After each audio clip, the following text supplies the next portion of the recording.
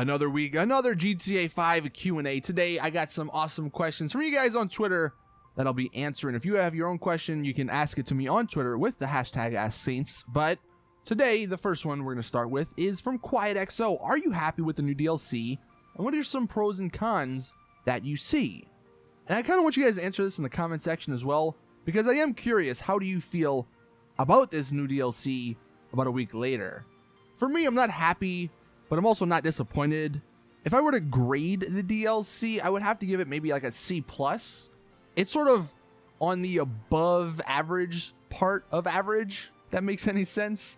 Like some of the pros, I guess, some of the vehicles, right? The Entity, I really enjoy it. I know it sucks maybe in racing, but I rarely ever race now, and I've really been enjoying it in free roam. They also have the Ellie. Oh my god, that thing, I cannot wait for that vehicle to come out. The Tesseract's another one. It looks kind of cool. It's electric. I'm excited to see that one. The Flash GT. Oh man, that one I really like for the customization. There's that one with the cardboard for customization. I'm excited to make an absolutely horrible looking version of that. So there's some really cool things. For some other pros, I mean, they did fix some things, right? The bug fixes, I think.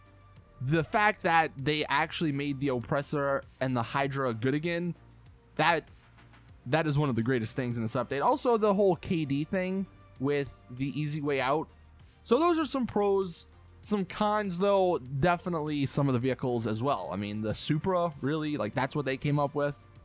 The fact that the vehicles, they suck in racing. I don't know if that's going to get fixed or not, but that's a huge con, right? Also, the fact that this DLC wasn't really anything special, I guess. And I know that's not really a knock on Rockstar, because they didn't say it was going to be anything special. And after the 3 major DLCs, you know, at the end of last year, we probably shouldn't have been expecting it. But I was hoping for maybe a little more. But that's my sort of thoughts. Like I said, it's sort of just like a middle of the line DLC, which I think is fair for March. Now, June, when that DLC comes out, that's going to be, you know, the big DLC. That's going to be the start of the big DLCs, it seems like, for this year. So that's when we can really sort of expect something. But I think I'm kind of fine with what we got. At least it's something, right? I'd totally rather something than nothing. So that's my opinion, but let me know in the comments what yours is. Then we have Peter Pan. When do you think the creator will get its update? And do you think there will be more than one, as they said, updates on the social club? So they did actually say that in this paragraph. They said, we are also adding a heap of new tools and updates for the creator coming later this spring. So I'm guessing that they're going to add whatever races or stuff that they plan on adding. And then like a couple of weeks later, we get the creator updates. Just because that's what they've done in the past, especially with like the stunt races. They add their own and then they add the creator. No idea why, because they're, you know, the ones they make, they're fun for like 1 or 2 races and then they get boring. So I don't know why they just don't release the creator right then and there, but that's probably what's going to end up happening.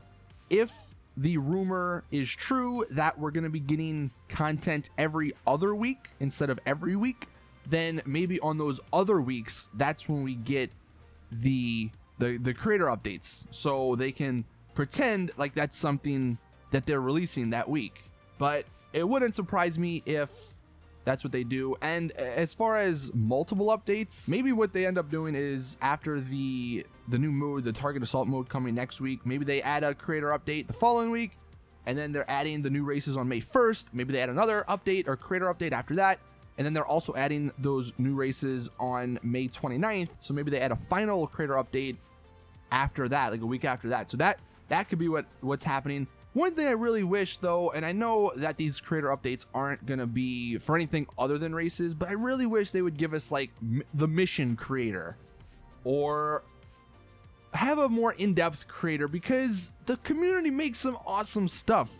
And I wish they could do that in non-race form. And I know they can do like TDMs and the captures and all that, but I want like a mission creator. Could you imagine the missions people could create? I think that'd be really fun and really cool. Then we have Richard. What keeps you coming back day after day to GTA Online? This is an interesting question here, because this is something that I always get, right? everyone's like, dude, how do you not get bored of the game? Well, look, first off, I think it's good to have a balance of games that you play. Like myself, I play multiple games. I don't play GTA only. Like I play some Rocket League. Used to play some PUBG. Used to play some Fortnite. Haven't really been playing much of those lately.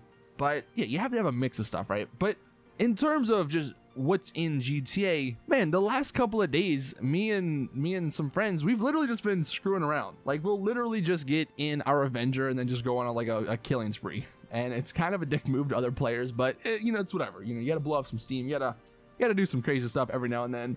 And then like when that fails, then we all get in our vigilantes and then just start plowing through everyone. And then when that fails, then I don't know, you just sort of go through what you got in the game. And one thing, I was going through some of my Pegasus vehicles the other day. Like that's what I was going through, because I was like, you know what, I haven't touched these in a while.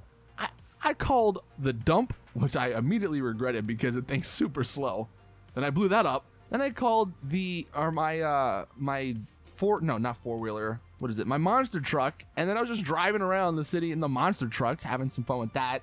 And then, you know, you sort of just go through stuff, right? And I think that's what you got to do. Like GTA, I don't think it does any one thing really great, but it does a ton of things very good. And I think that's why people say, you know, it's like an ocean that's like a inch deep or something. Like it's got a lot of stuff, but there's not much depth to them.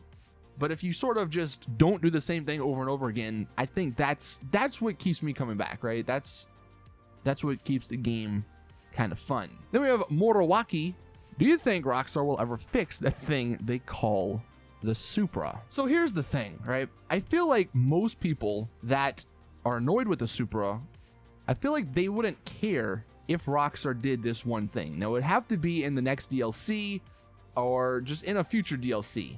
They would have to make the Supra, or the Jester Classic in the game right now, they would have to make that or turn it into a Benny's vehicle. And then it could be a real Supra, right? The Supra we have now, it's not that good.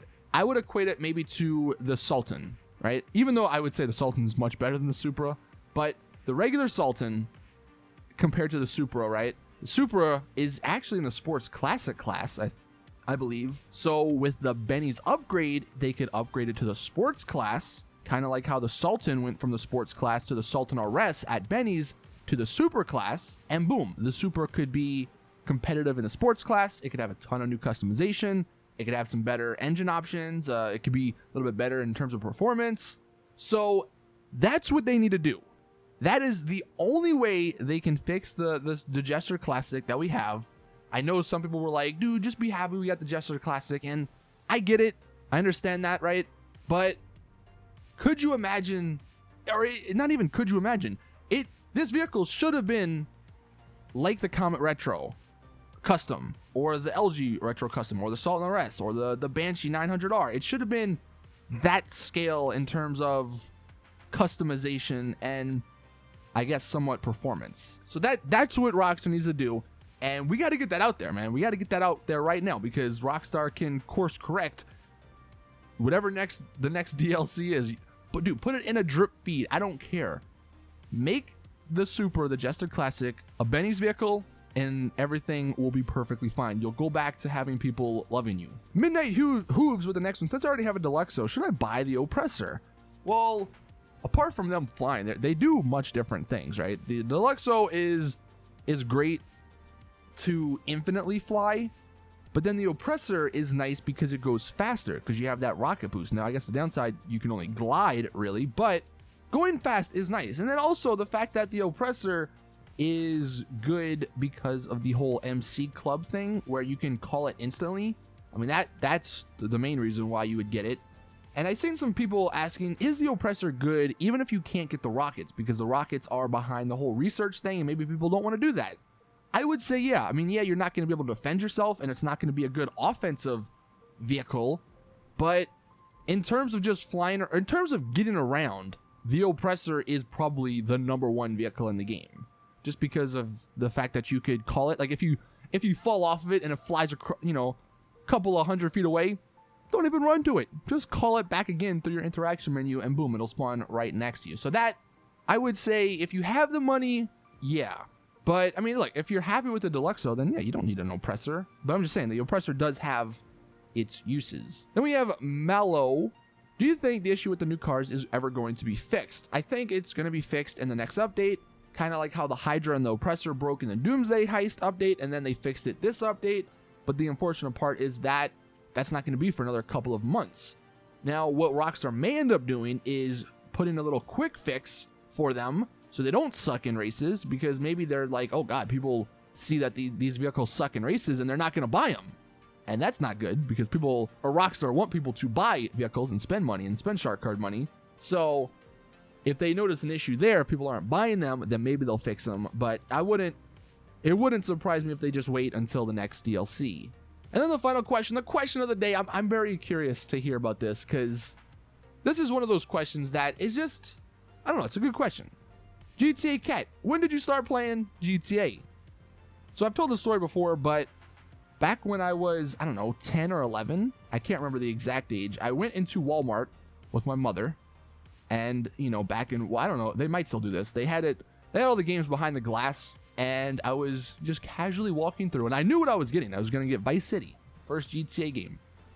And I went up to the glass, and I was like, that's the game I want. I pointed at it. We got the employee to come and unlock it. He's like, talking to my mom, said, ma'am, you know this is a rated M game, right? She's like, what does that mean? And I'm pretty sure, like, on the back, you know, you could see, like, it says language, blah, blah, blah. And it said, like, nudity and all this stuff. And I was just like, no, they just put that on there. Like, I had to make up some excuses as to why she would allow me to get it. And I was like, no, they just put that on there to cover themselves. I don't know what I said, but I just sort of had to lie to her. She's like, oh, okay, I guess I'll believe you. And that's how I got Vice City. So 11 years old, I guess, or 10 years old. Let me know in the comments, when did you start playing GTA? And what was your first GTA game? But thank you all for watching. Please drop the video a like. If you did enjoy, subscribe for more awesome GTA content. And as always, I'll see you guys in the next one.